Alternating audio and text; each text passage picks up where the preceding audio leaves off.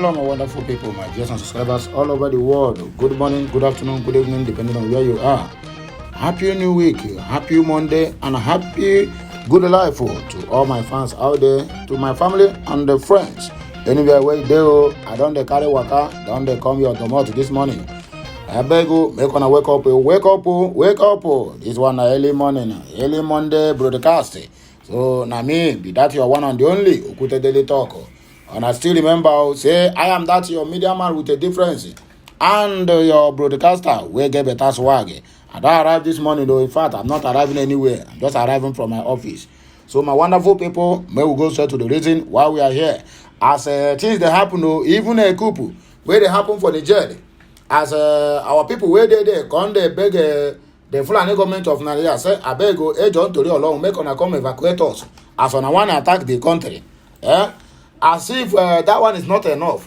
Now, so this so-called Simon Ekpa, they call Igbos where they for the day, say, made them denounce Nigeria. I don't understand. You are fighting for Biafra, and at the same way, you are putting a lot of people into risk in another man's land. You want them to deny Nigeria, somebody who traveled to Niger Republic with Nigerian passport, and they will deny Nigeria, then tell me, how are they going to come back to this country if they wish to? I don't understand, though. I don't understand. What is really happening with this guy? I don't tell you. I never stop you from doing anything. I never tell you do not do the normal gra or the normal talking or the normal insult that you give to peoples on your broadcast. But why telling people to denounce the Nigerian? Have you denounced the Nigerian? Yeah, I'm very, very sure and I'm very optimistic you travel to Finland with a Nigerian passport. And without Nigerian passport, there's no anyhow that are going to obtain that citizenship of Finland. You are there advising them to denounce Nigeria so that when they will be coming back to Nigeria, they will come back as a deportee. And you know what that means. That is not a good advice, my dear brothers. Please, let us be guided. Fine and good, you have hated Nigeria, or the Biafrans have hated Nigeria because of the marginalization and other things that have happened. But that is never a good advice. If you want them to denounce Nigeria, then let them come back to Nigeria, tear their passport. Then if by peradventure they want to travel again, let them look for Biafran passport and travel with the Biafran passport, as simple as that. Not telling them denounce Nigeria while in an island land. Are they going to use leg from there to cross into Nigeria? Or are they going to fly like bird? Or are they going to do magic to find themselves into Nigeria or into their own land? Haba. I thought you were educated, a lawyer for that matter. Look at what you're advising your own citizens. It is never done, my dear brother. That is not the way forward. Please, withdraw that statement. According to Simon Ekpa, he calls for Igbos in Niger Republic to denounce Nigeria. This is one of the top headlines we have this morning.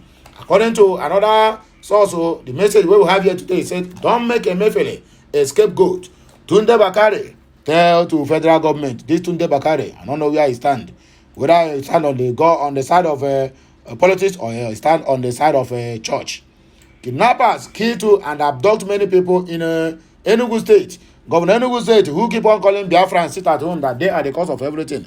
So I am very, very sure that this one now is not one of all those nationalities, because at the end of it all now, you will say, oh, this one is IPOPs. Oh, this one is unknown government. Oh, this one is ESN. I beg you, whatever that's been happened in Enugu State got to do with insecurity, one name minus IPOP or ESN from it, or from your own mouth, according to what I heard here. Another situation we have in hands is Niger Junta. Last, they don't bow to pressure, demands meeting with ECOWAS for them to sort out how they want to return their country back to what is called democratically or democracy. Whereby even that democracy never helped them in any way. Niger, Tinubu putting West Africa in dangerous situation. It be like saying Tunde Bakare, now there at the helm of our affairs today. Nigerian military on Niger military ready for dialogue, says Junta. Okay, this one is a part of the same thing. They have bowed to pressure. Okay, we'll leave this for another day. Zamfara residents don't cry out over skyrocketing prices of foodstuffs in their local markets. It's part of the thing we are complaining that Nigeria is fighting their own war on inflation, bad economics, insecurity, and the rest of them. Bad roads, no water, no electricity. and that is their own war, and you want to go to fight war in another man's land. That is never done, and I don't think that will ever be done. Anyway, my wonderful people, we still have other headlines here, but let us start from the beginning, or should we begin from the starting? Well, according to Tunde Bakare again, I told you people that today is going to be about Tunde Bakare. Yesterday, Sunday, is one of his preachings that we are about to bring to you this early Monday morning. I warned against Emilokon politics. Pastor Tunde Bakare warns Nigerians.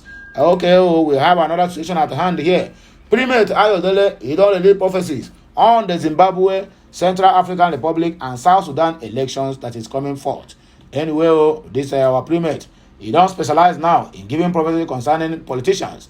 Whether he don't want to leave that being a prophet to turn to himself into a politician, I cannot tell. Well, my dear people, we are going to start the news now because I don't want to waste much of your time. Please like this message, share it, comment, and very, very important, make sure you subscribe and make sure you share this message. Let it get to every nooks and crannies of our nation. Let us go straight to the reason why we are here this morning. Please do not mind my voice. Yesterday we went for a football match at one stadium in near my area. And so I shout until I lost my voice. I even forgot that I need to do news this morning. Well, whichever way it is, I have to manage my voice. And the most important thing there is you are getting the message I am passing through this very platform. Biafran agitator and separatist Mazi Simon Ekpa has urged Nigerian immigrants of Igbo extraction in the Republic of Niger to denounce Nigeria and declare themselves Biafrans to avoid being killed. Daily Post reported that the military junta in Niger severed ties with Nigeria after the efforts of the Economic Community of West African States ECOWAS to reinstate ousted President Mohamed Bazoum failed. On a Friday, the Nigerian embassy in Niamey was set ablaze barely 24 hours after ECOWAS ordered its standby force to restore constitutional order in Niger Republic. Reacting, Ekpa on his Twitter handle wrote, Biafran Republic, a government in exile. At Biafra BG, breaking. We are calling on all Biafrans residing in Niger Republic to immediately denounce Nigeria and start introducing yourselves as Biafrans to avoid being killed. Don't make Emefiele a scapegoat, Tunde Bakare to federal government of Nigeria. The serving overseer of the Citadel Global Church or Community Church, Pastor Tunde Bakare, has appealed to the federal government of Nigeria not to make the suspended governor of the Central Bank of Nigeria, Godwin Emefiele, a scapegoat in all these shenanigans. The cleric, as gathered by Niger News, argued that the suspended CBN boss might have made wrong judgment calls in the management of Nigeria's monetary policy. Still, he should not be used as a scapegoat. Bakare, during a State of the Nation broadcast on Sunday, addressing recent happenings in the country, opined that events before the 2023 presidential election pointed to the direction of political vendetta against the suspended CBN governor by Bola Ahmed Tinubu. He, however, observed that Emefiele should be persecuted if found guilty of any crime. The cleric noted that Mr. Godwin Emefiele may have made a wrong judgment calls in managing Nigeria's monetary policy, but he must not be made a scapegoat in what others have committed. In the provisions of the Central Bank of Nigeria CBN Act of 2007, there is every possibility that the erstwhile Central Bank governor did not act without presidential authorization. If Emefiele is found liable for any crime, by all means, he should be prosecuted. However, considering the dynamics of the pre-election environment and the then candidate Bola Ahmed Tinubu, possible allegation that the Naira design policy was targeted at him, the optics of the president targeting Emefiele for prosecution after winning the election and being sworn in as the president could be interpreted as a form of vendetta far beneath such a distinguished office. Bakare also faulted the Department of State Service (DSS) for their role in the Emefiele's arrest and detention alleging that their actions raise concerns over professionalism and adherence to the rule of law. He further stated, considering the claims of the DSS that its actions were in reaction to order from above, handling of Emefiele's case has sent a signal to the world that the current present disposition to the war against corruption is primarily motivated by the clampdown on the perceived political adversaries, while various other enemies of Nigeria remain untouched. This platform recounts that Emefiele has been in the custody of the DSS since June 10, when he was suspended by Bola Ahmed Tinubu's administration. He was on 2 counts of illegal possession of firearms and ammunition. Kidnappers kill 2 and abduct many people in Enugu State, where is Peter Mba of Enugu State. Gunmen suspected to be kidnappers have reportedly killed 2 people and abduct many others in Enugu community. The incident, our correspondent gathered, took place on Friday evening at Neke on Ngongo-Neke Ikem Road in Isuzo local government area of the state. Although the police were yet to reach to the incident, the number of persons abducted and their whereabouts were still not known. An eyewitness, Kinsley Odo, who spoke to journalists in Enugu on Saturday, said the incident happened between 7:30 and 8 p.m. on Friday. According to him, the suspected kidnappers swooped on passers-by along the road, shot aimlessly at incoming vehicles and killed 2 persons. They, however, kidnapped passengers of a busy plying Enugu-Ngo-Nike Ikem Road. Odo said Chief Cyril Mba from Neke Odenibu Nike was gunned down by the suspected kidnappers along Uguogo Isuzo Road near Neke Odenibu Junction. He was rushing home with his daughter in his car when he ran into a group of suspected kidnappers who suddenly opened fire on him. Unfortunately, he couldn't survive the gunshots, but nothing happened to his daughter. The kidnappers went further to fire and flattened the tires of another vehicle approaching the scene and successfully whisked away the driver and the other people on board.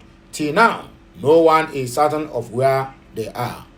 When contacted on the phone, the police spokesperson in the state, Daniel Ndukwe, said he would verify the matter.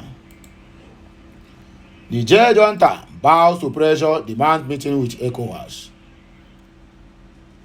After weeks of resisting diplomatic overtures from the United States, African Union, Economic Community of West African States, and the United States, the junta in Niger Republic had finally agreed to the talks with the ECOWAS to resolve the political crisis in the Sahel country.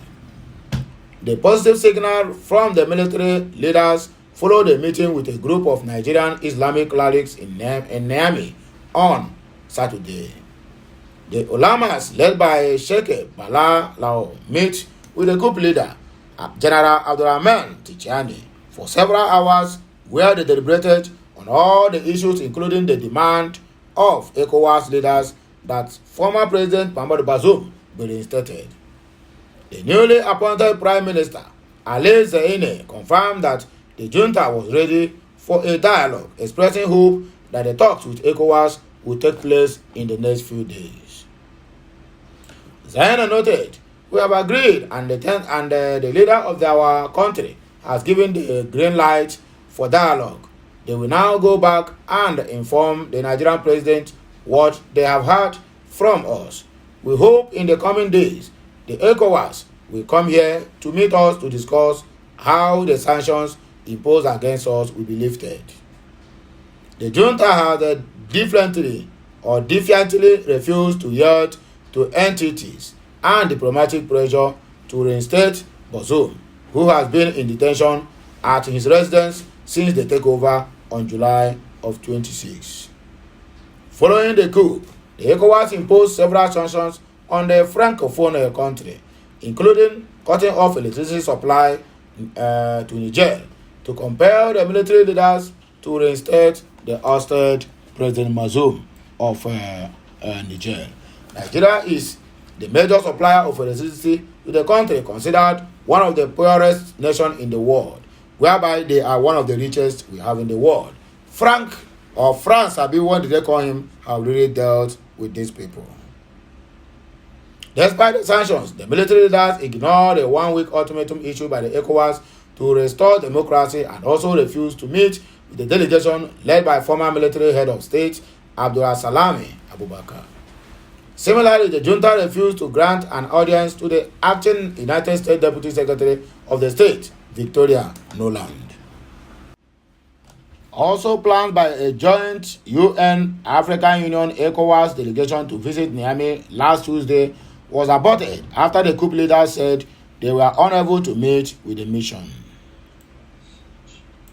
Consequently, the federal government announced that more sanctions had been imposed on the individuals and entities relating with the military junta. The new sanctions imposed by the Central Bank of Nigeria will prevent Nigerian banks from carrying out financial transactions with their Nigerian counterparts. The federal government also closed Nigeria's borders with Niger and prevented transportation of goods from Nigeria ports to the country. In reaction, the coup leaders closed their country's airspace until further notice, citing the threat of military intervention from their neighbors. However, Balalau, who is the national chairman of the Jama'atu Izatu Bidawa Kamanu Sona, explained that the team had earlier told Tinubu, who is also the chairman of the authority of ECOWAS head of state and government, that their positions. He said they told the Tichani that the visit to Niger was to engage the military leaders in constructive dialogue to encourage those behind the takeover to tow the path of peace in resolving the crisis. He disclosed that Tichani accorded the team a warm reception and welcomed their intervention. The military leader reportedly said their doors were open to explore diplomacy and peace in resolving the matter. Tichani, however, said it was painful to the coup leaders that the ECOWAS leaders did not hear their side of the matter before issuing an ultimatum to them to quit office. He claimed the coup was well intended, stating that they sought to stave off an imminent threat that would have affected not only the Niger Republic but also Nigeria. He also apologized for not giving the Abubakar delegation sent by President Tinubu the required attention because they were angry about the ECOWAS ultimatum. While tracing the historical ties between the two nations, the general said Niger Republic and Nigeria were not only neighbors but brothers and sisters who should resolve issues amicably. Speaking to the Punch on the outcome of their peace mission to Niger on Sunday, a member of the delegation and the Secretary General, Jamaat Nasir Islam, Prophet Abubakar Aliu, explained the clerics had sent their report to the president, adding that further advice on the matter would depend on their next meeting with Tinubu. He said, our report on our interference with the Nigerian counterparts by now must have reached President Bola Tinubu. It is when the president digests our report and calls us that we shall meet him. Our further advice will depend on the outcome of our next meeting with the president of the Fulani government of Nigeria. He stated that the coupists were angered by the ECOWAS sanctions because the sub-regional leaders never bothered to hear from them on why they overthrew Bazoum. The cleric noted that already we are briefing the president on their demands too, that their own side of the talk had not been heard, and the hasty decisions by ECOWAS were lopsided, that they only acted on the fact that there was a coup, but never cared to know the reasons behind the coup itself. They seemed not to bother about that. A very, very vital point that we need to consider when we're taking the decisions on things that matters most in this our African countries. Tinubu putting West African in dangerous situation, according to Tunde Bakare. The serving overseer of the Citadel Global Community Church, Pastor Tunde Bakare, says President Bola Ahmed Tinubu leading the economic community of West African states by impulse regarding the intervention of the regional body in Niger Republic, where military men recently overthrew President Muhammadu Bazoum. Bakare, during a State of the Nation broadcast at his church at 30 Kudirat Abiola Way, Oregun, Ikeja, Lagos, said deploying the military to intervene in the coup in the Sahel country was like putting the cart before the horse and putting the West African sub-region in a precarious situation. The cleric said this same impulsive leadership style was clearly evident when the president recently led the economic community of West African states to violate an ancient principle of diplomacy that is recognized even in the Holy Book, that you must offer peace before declaring war, at least, by placing military invasion on the table from the very start before subsequently exploring diplomatic options with the coup plotters in the Republic of Niger. President Tinubu once again put the cart before the horse, thus placing Nigeria and the sub-region in a precarious situation. Bakare said the spike in coups in African countries in recent times spoke to the need for good governance and also for them to also intervene in a very peaceful manner. Zamfara residents cry out over skyrocketing prices of foodstuffs in their local markets. Residents of Zamfara State have cried out over the uncontrollable hike in prices of foodstuffs. A survey conducted by the Daily Post in several major markets in Gusau, the state capital, showed that prices of essential food items have increased by over 100% in the last 1 month. It was gathered that apart from the fuel subsidy removal, banditry has contributed in no small measure, as farmers could no longer access their farmlands, thereby creating food insecurity in the state.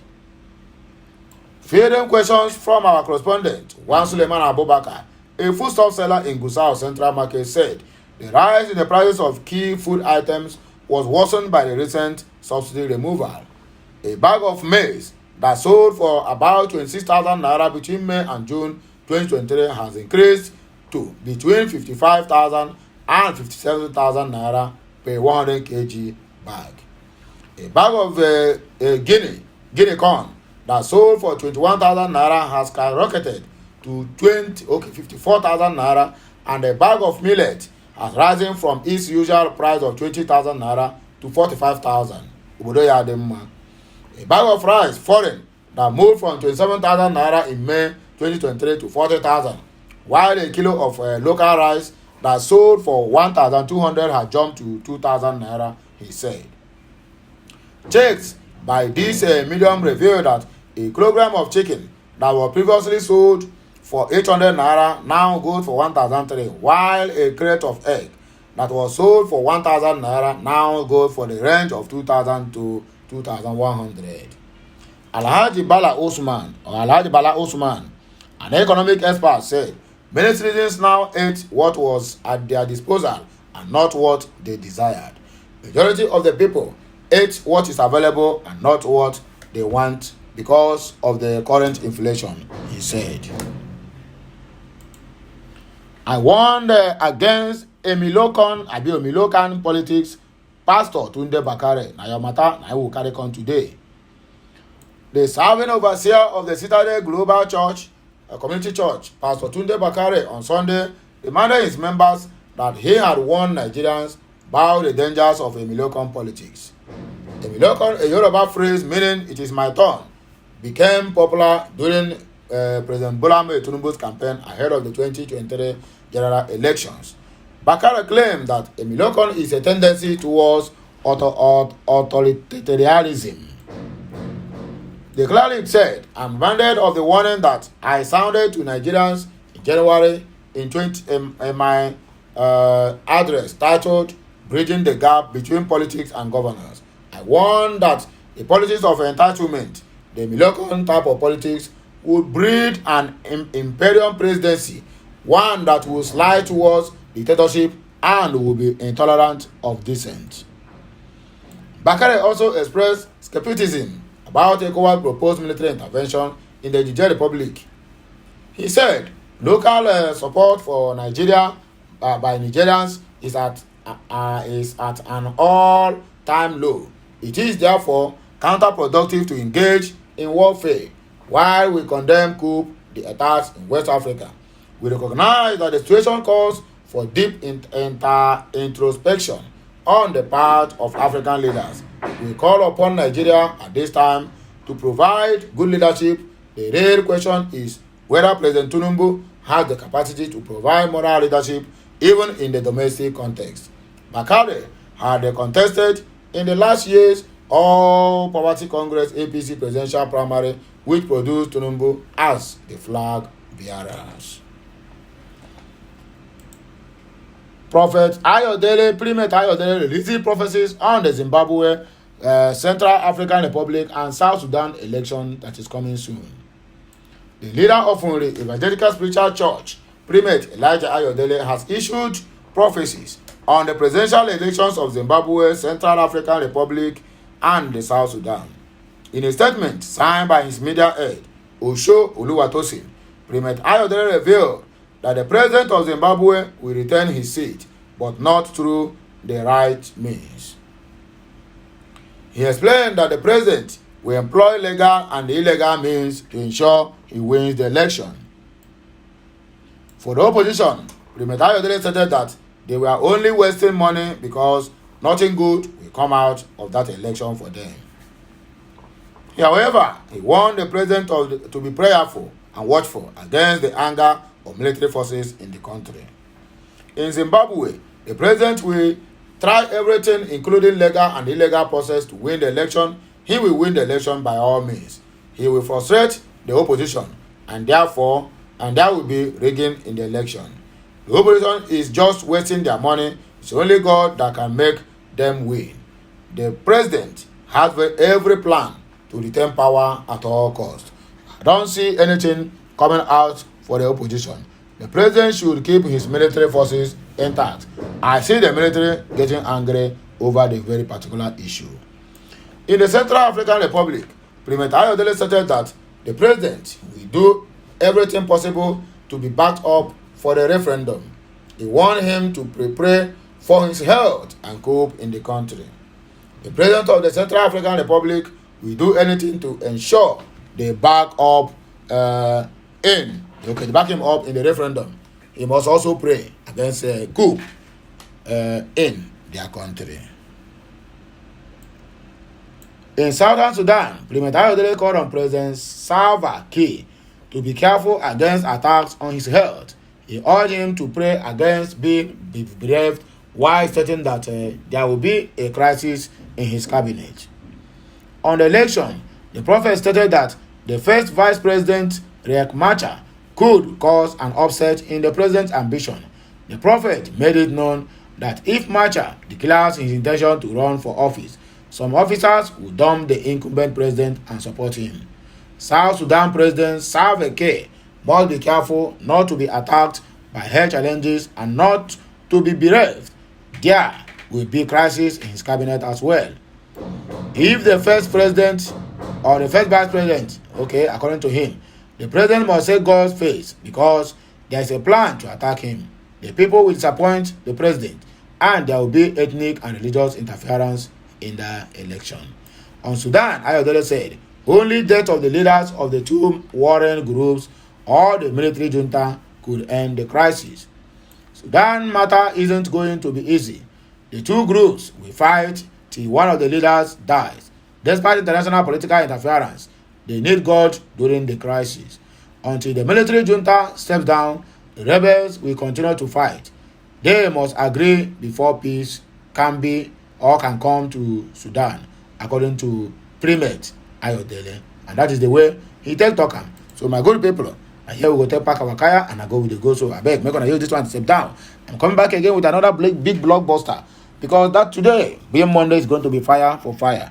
So try to help me share this message. Make it go viral. Subscribe, like, and don't forget to comment. It's very, very important and very, very necessary.